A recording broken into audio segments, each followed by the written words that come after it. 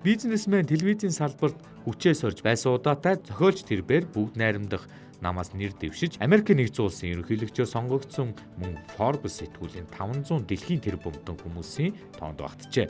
Түүний улс төрийн үзэл бодол, хувийн амьдралын хэм маяг, бизнесийн бодлого үргэлж хэвлэл мэдээллийн анхаарлын дунд байсаар ирсэн. Ингээ та бүхэндээ Дональд Трампын талаарх хачирхалтай баримтуудыг хүргэе.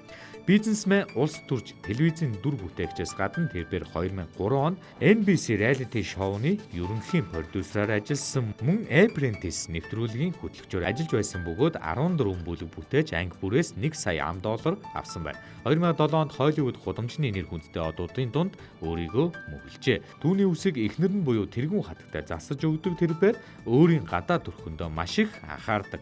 Маш олон хүн түүний үсний заслалтын талаар болон үс арчилгааны талаар лавлаж асуусан байна. Тэрээр хэлэхдээ би гадагш бараг гардаггүй ихэвчлэн тансаг зэрэглэлийн машинаар хувийн онгоц нисдэг тэргээр зорчдог. Зөвхөн гольф тоглох үедээ л гадаа гардаг учраас миний үс ийм сайхан зүстэй байдаг байх гэжээ. Playboy сэтгүүлийг мэдээлж байгаагаар түүний эхнэр нь үсийг нь застдаг гэж нийтэлсэн байна. Дональд Трампын эзэмшлийн кампани 4 удаа дампуурал зарласан. Трампын Атланта хотын зочд буудал болон мөрөгтэй тоглоомын газрууд нь 4 удаа 1991, 1992, 2004 болон 2009 онуудад дампуурал зарласан.